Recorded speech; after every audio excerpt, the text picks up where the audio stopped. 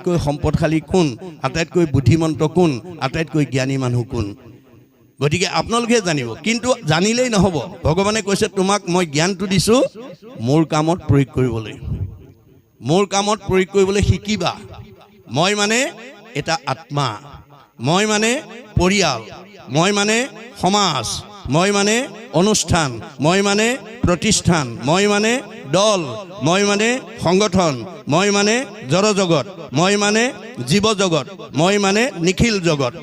অহমে বাস্য মে অগ্ৰে ন অন্যৎসৎ অসৎ পৰম প্ৰচ্ছাদ অহম যো এইতৈছ যো অৱশিষ্যতে সুইচয় হম।